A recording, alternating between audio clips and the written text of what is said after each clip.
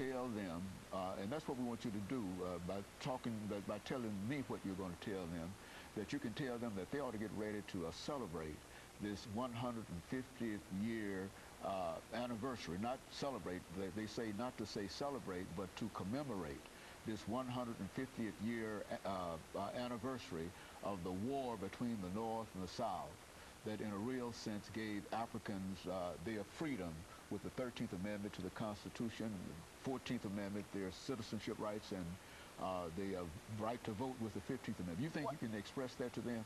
Yes. Well, most of my kids are into arts and crafts, so I'll say, hey, y'all, can y'all make a poster of the Sesquicentennial, the 150th anniversary of the Civil War? And they be like, give me a couple facts and I can make it happen. I'll send them in some pictures, give them some information, write them down some cards. And, they can make a heck out of a couple facts and some cards. They can make the greatest poster you have ever seen. Because once we made posters on animals that we picked, I picked the clouded leopard.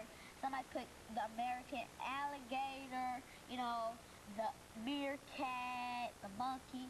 But yeah, they are into arts and crafts, so I can have them like make a poster and hang outside that says Sesquicentennial.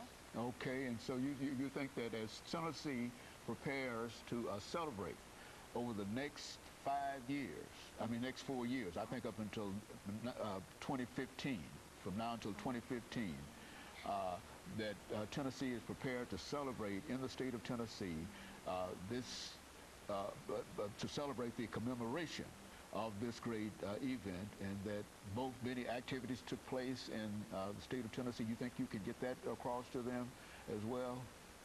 Yes, I can. Because, I can get it across them because I know the words that will make them think like an 8-year-old, but I have the knowledge of somebody older, as I recently said. And so let me, as we get ready to wind this down, Alana, let me see if we might be able to sort of summarize what we are trying to accomplish here, because you represent what we consider to be the young person in a whole series that we're trying to create dealing with the commemoration of this great event.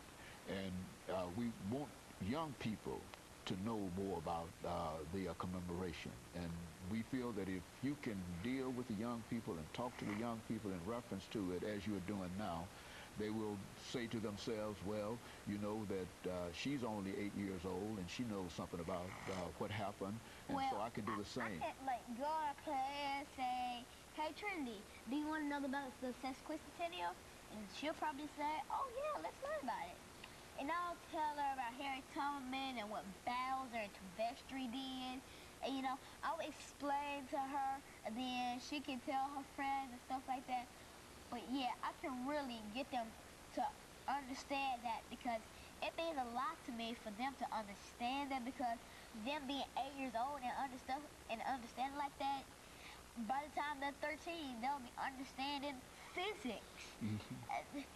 It really strengthens me to know that all the kids have the opportunity to learn about all the good stuff that comes with learning.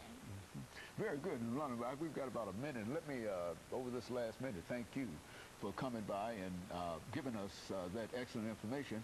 And I think that even though we might have, in some instances, stumbled through it together, I think that the idea here was to simply give our audience an opportunity and give your young people an opportunity to know that this is something that, a commemoration that's important to all ages.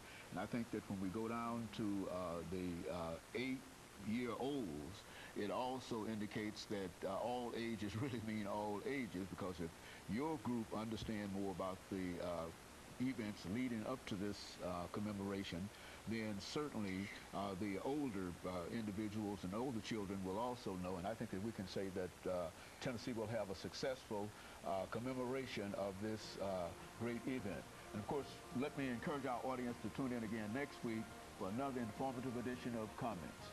Thank you and good morning.